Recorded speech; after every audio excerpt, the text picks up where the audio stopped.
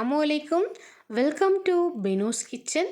இன்றைக்கி நாம் ஒரு சூப்பரான பீஃப் ரோஸ்ட் எப்படி செய்யறதுனாங்க பார்க்க போகிறோம். நாங்கள் இப்போது எப்படி செய்யறதுன்னு பார்த்துடலாமா?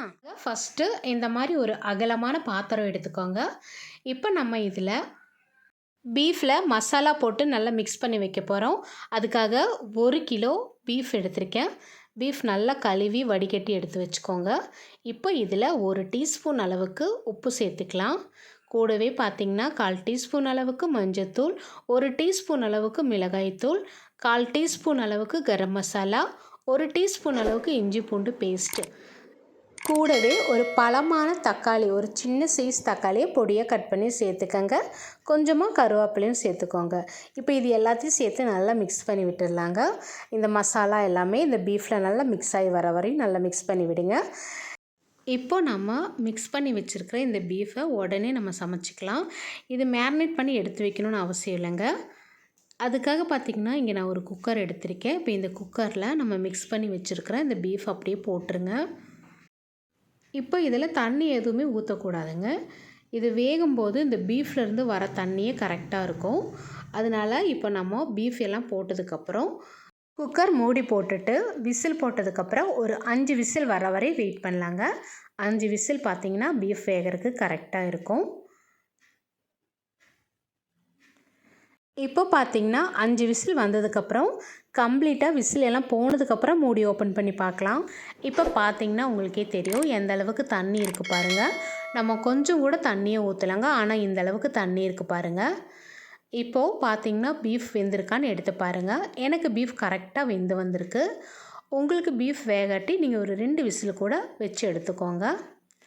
இப்போது வெந்திருக்கிற இந்த பீஃப் இந்த சைடு இருக்கட்டும். இனி அடுத்ததாக பார்த்திங்கன்னா ஸ்டவ்வில் ஒரு பேன் வச்சுக்கோங்க. இப்போ நம்ம தேங்காய் எண்ணெய் ஊற்றிக்கலாம்.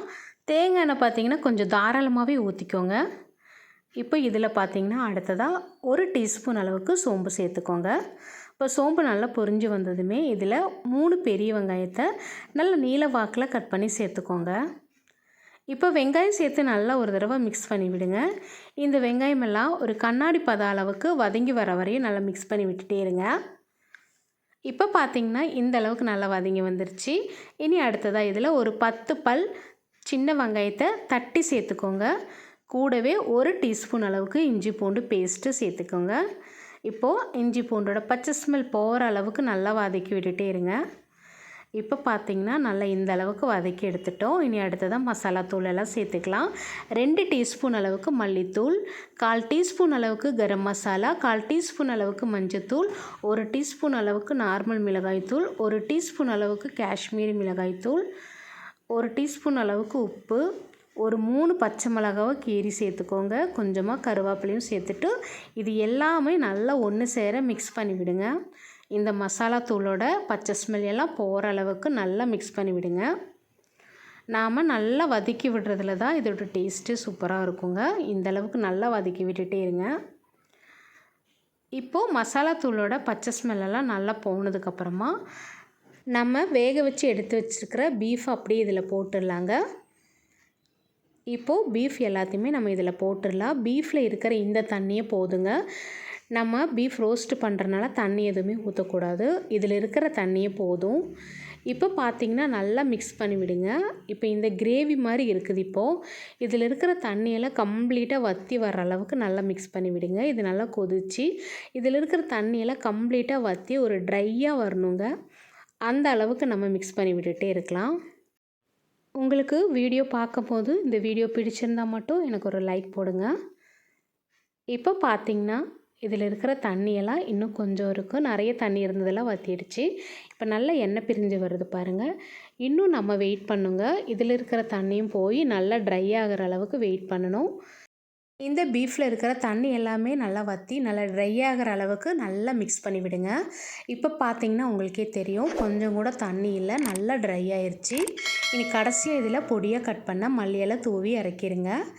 அவ்வளோதாங்க, சூப்பரான பீஃப் ரோஸ்ட்டு ரெடி ஆகிடுச்சு. நீங்கள் இது சப்பாத்தி, பரோட்டா, இட்லி, தோசைன்னு எல்லாத்துக்குமே சூப்பராக இருக்கும் வச்சு சாப்பிட்றதுக்கு.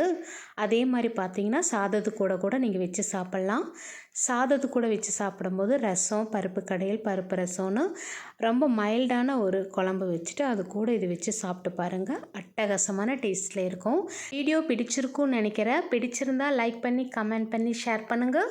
புதுசாக பார்க்குறவங்களா இருந்தால் பினூஸ் கிச்சன் சேனலை சப்ஸ்கிரைப் பண்ணிக்கோங்க. பாய்.